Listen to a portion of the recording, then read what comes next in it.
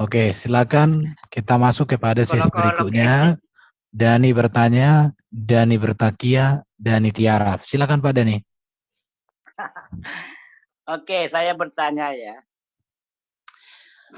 Tentang 1 Korintus pasal 9 ayat 20 sampai 21. Bisa ditampilkan di 1 Korintus. Ada hubungan pula Mancin. pasal 9 Udah ayat 20 kita anggap aja udah selesai Bu Sofi. Pasti kalau di Kristen jin setan diusir, nggak boleh dipanggil.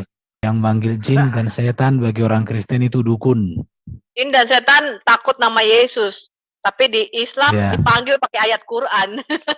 Ah itu tuh. 1 Korintus berapa Pak Dani? Ayat 20 sampai 21. Oke, ayat 20 sampai 21. Oke, apa di sini? Pak Dani, dulu. Ini udah aku jelaskan kemarin. Jadi Pak Dani itu pergilah ke toko obat, beli otak, kalau enggak penambah daya ingat. Ya, saya sudah jawab ini kemarin Pak Dani. Saya pikir nggak usah diulang-ulangi. Ini berbicara namanya Paulus itu melakukan. Bentar. Ini namanya Paulus melakukan kontekstualisasi dalam misi. Dia memakai konteks budaya supaya dia boleh memberitakan Injil. Baik kepada orang Yahudi, baik juga kepada orang non-Yahudi. Saya pikir sudah jelas ya. Itu kemarin sudah saya jelaskan Pak deh. Ya, jadi intinya kita kan mempertajam. Enggak. Kenapa saya mempertajam? Oke, pertajamlah. Saya mempertajam apakah ayat ini gentleman atau tidak di dalam menyebarkan ajaran yang dianut. Apa? Dibilang apa?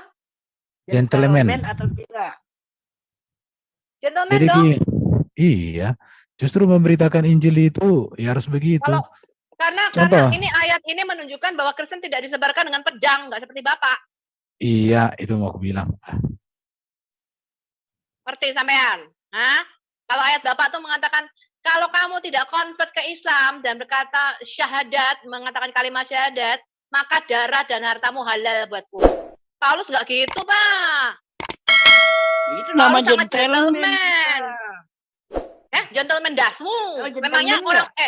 Memangnya orang beragama tuh bisa Anda taruh dengan pedang di leher kemudian membuat kita bersyahadat itu menurut Bapak gentleman? Bukan begitu. Orang kan kita tidak memaksakan orang, tidak membujuk orang. Kita hanya menyampaikan. Siapa bilang? Ada titik. Sebentar Bu Sofi, bentar. Pak Dani, nanti kalau jin itu dapat THR nggak nanti Pak Dani? Nanti ya, lanjut intermezzo. Ya, silakan lanjut Bu Sofi.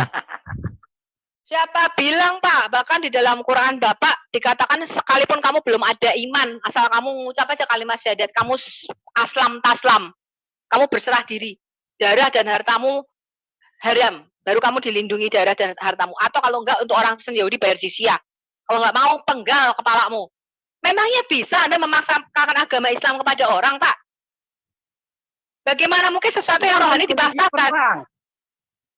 Kok perang? Siapa yang memerangi Islam itu siapa? Tak tanya. Hah? Apakah kamu sebentar. Kafir Quraisy. Kafir Quraisy kan memerangi Islam. Loh, lu menghujat Allahnya ya iya. Sedangkan Paulus aja, sekarang aku tanya ya, ketika Paulus di Athena, pada waktu itu orang Athena menyembah berhala-berhala, kamu baca kisah para rasul, bukain kisah para rasul. Emangnya terus Paulus mengatakan, hei orang-orang Athena, kalau kamu tidak mau jadi Kristen, darah dan hartamu halal buatku. Paulus itu ahli Taurat, Pak, dia punya pasukan. Ya, dia tadinya tuh beringas. Ya, dalam perjalanan ke Damsyik dia membawa pasukan, dia membawa pedang, dia mau membunuh orang-orang Kristen. Dia membawa surat ya dari ahli Taurat.